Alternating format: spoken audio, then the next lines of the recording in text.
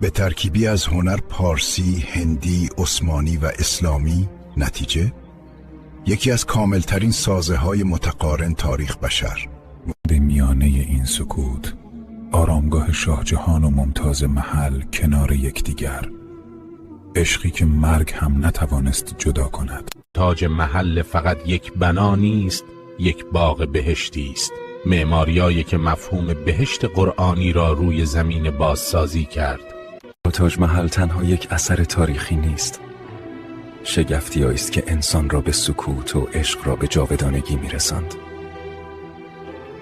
روز پس از قرنها هنوز همان پیام را زمزمه می‌کند: زیبایی وقتی از عشق ساخته شود هرگز نمی‌میرد. شب هاست وقتی نور ماه روی مرمرها میلغزد و بنا مثل روحی سفید در تاریکی میدرخشد.